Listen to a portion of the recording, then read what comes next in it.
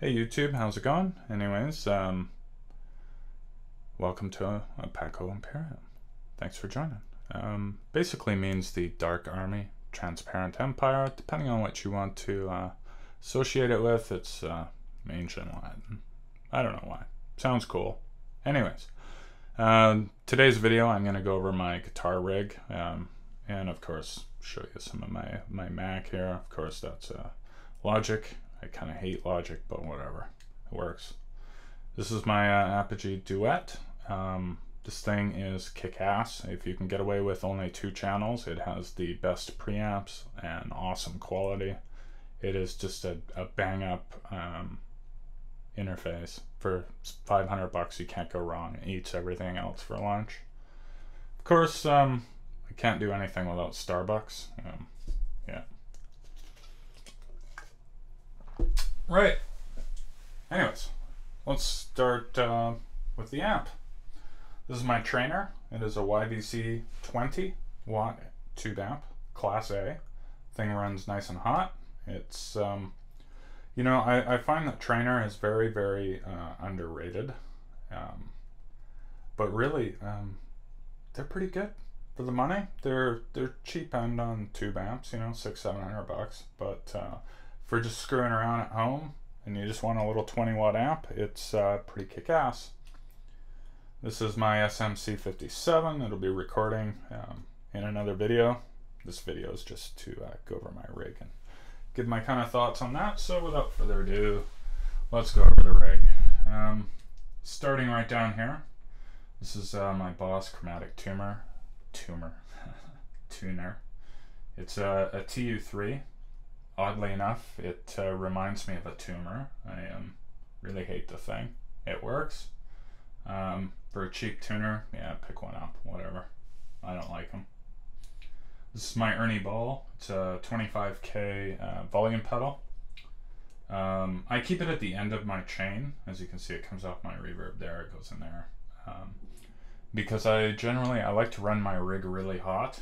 And if I run it too hot with the volume pedal up front, I just lose a lot of tone and it sucks. It's, you know, coming out of my amp. This way I can play it as hot as I want and then just filter it down so I'm not pissing off all my neighbors.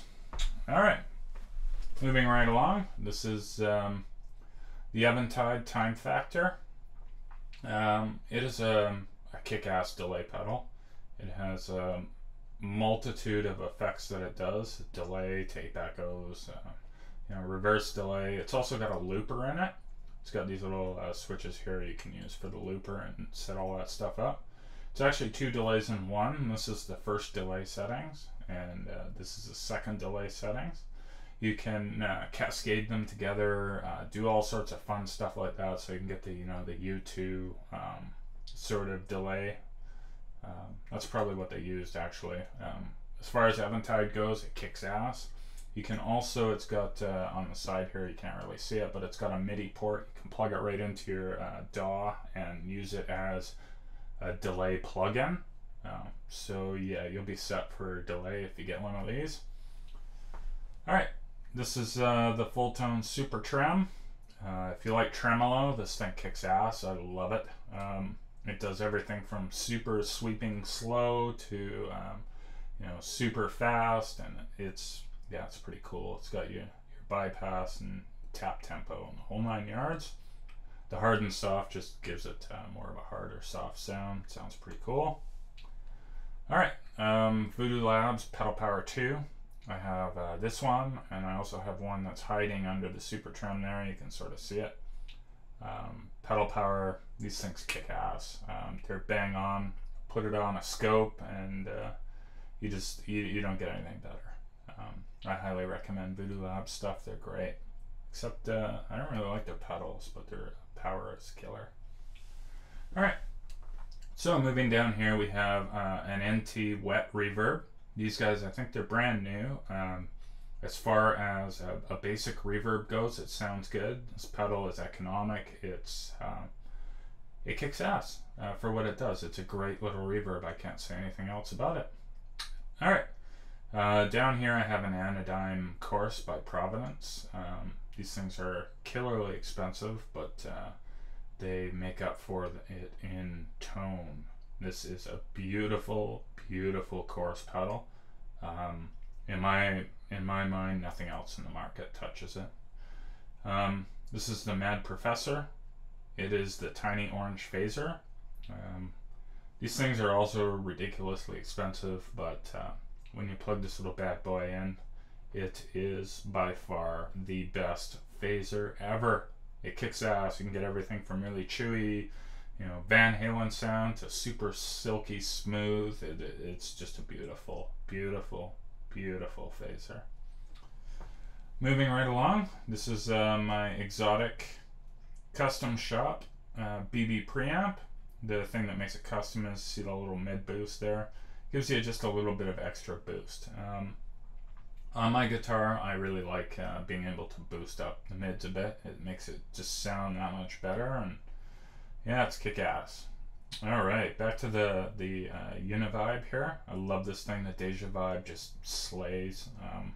Full tone, again, makes great stuff. This little pedal here is based on the actual big brick that they used to use, like Jimmy Page or whatever you want.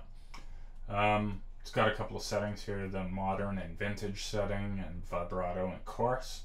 So this little guy, if you don't have a chorus pedal and you don't have a vibrato pedal, it'll do both, and it doesn't do too bad of a job. Of course, the chorus is nowhere near the Anodyne, but whatever. Okay, here's my little pink pedal by Suhr, the Riot.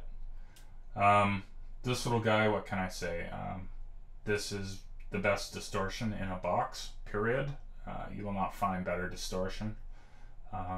It's absolutely killer. You can do everything from the most heavy, brutal stuff to, just making it sound nice. Alright, this is a must-have pedal for anytime you want to do some lead shit. The Timmy is just, it's an awesome pedal, what can I say? The cool thing about it is it's hand-wired, and it's actually pretty reasonably priced. So as far as that goes, you can't go wrong with a Timmy. Alright, here's one of my little special pedals. I love this thing. This is the Analog Man. It is a Sunface 175 Geranium. There's only 50 of these on the planet. Apparently Mikey got a shipment of Japanese-based transistors, and he only got 50 of them. So most likely you will never see another one of these again. I will do an exclusive demo on this thing because as far as the 108 and the 275 go, this thing just destroys them all. It's killer. Alright, now for my Keeley compressor. Love this thing. Apparently Keeley doesn't like green anymore, so he's not doing any more green, so I guess this little bad boy becomes an instant collector's item. Lucky me. Alright, I'm not really much of a big wah guy, but I had to get a full-tone Clyde. This is a Clyde Deluxe. It's, as you can see, it's got a couple little things, the buffer and stuff, so that's pretty cool. You can get nice stuff out of that.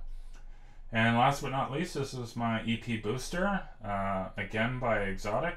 It's based on the Epiplex. This thing basically I never turn it off. The only time I ever turn it off is when I'm using the Sunface here. This little bad boy doesn't play well with any of my pedals, so it's either on or off, and the rest of the board is on or off. Alright, so that's my pedal board. As you can see, everything on this board is hand wired. All of the connectors are Switchcraft, hand soldered. And yes, I said soldered because I don't like non-soldered shit. It just sucks. Anyways, this is my little baby. It's Les Paul 2008 Ice-T Burst. I love this thing. It is killer. It is a standard. Well worth the money. And man, this thing sounds good and it plays like a dream. It's a killer guitar. Love it. Alright, thanks for checking me out. I will go over a lot of